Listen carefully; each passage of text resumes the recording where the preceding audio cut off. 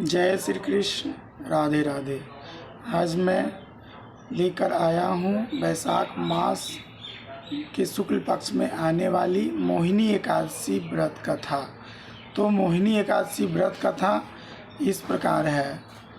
सरस्वती नदी के तट पर भद्रावती नाम की एक नगरी में द्युतिमान नामक एक चंद्रवंशी राजा राज करता था। वहाँ धन्य धान्य से संपन्न व पुण्यवान धनपाल नामक वैश्य रहता था। वह अत्यंत धर्मालु और विष्णु भक्त था। उसने नगर में अनेक भोजनालय, प्याऊ, कुएं, सरोवर, धर्मशाला आदि बनवाए थे। सड़कों पर आम, जामुन, नीम आदि के वृक्ष लगवाए थे। उसके 5 पुत्र थे: सुमना, सद्बुद्धि, मेधावी, सुकृति और धृष्ट बुद्धि। इनमें 5वां पुत्र धृष्ट बुद्धि महापापी था। वह पितर आदि को नहीं मानता था।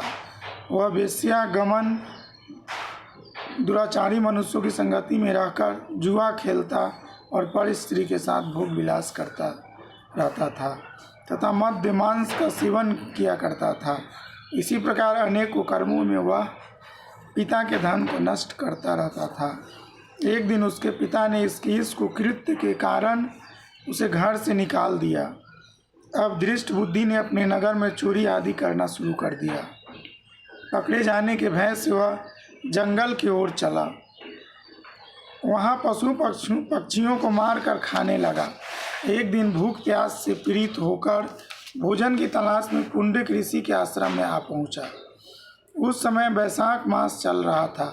पुंडरीक ऋषि गंगा स्नान कर वापस आ रहे थे। उनके भीगे हुए वस्त्रों के छींटे धृष्ट बुद्धि पर पड़ा, जिससे उसे सद्बुद्धि की प्राप्ति हुई। वह मुनि के सामने हाथ जोड़कर खड़ा हो गया और बोला, हे मुनिवर, मैंने अपने जीवन में अनेक पाप किए हैं। आप मुझे इन पापों से छुटकारा पाने का कोई उपाय बताएं। उसके ऐसे वचन सुनकर मुनि बोले, तुम वैशाख मास के शुक्ल पक्ष की मोहिनी एकादशी व्रत को करो, इससे तुम्हारे समस्त पाप नष्ट हो जाएंगे। मुनि के वचन सुनकर वह प्रसन्न हुआ और ऋषि के द्वारा बताए गए बातों के अनुसार मोहिनी एकादशी का व्रत किया। इस व्रत के प्रभाव से उसके सभी पाप नष्ट हो गए। अंत में उसे विष्णु लोक प्राप्त हुआ। इस व्रत को करने से व्यक्ति को मोह जाल से मुक्ति प्राप्त होती है। पूरे संसार में इससे श्रेष्ठ कोई व्रत नहीं है।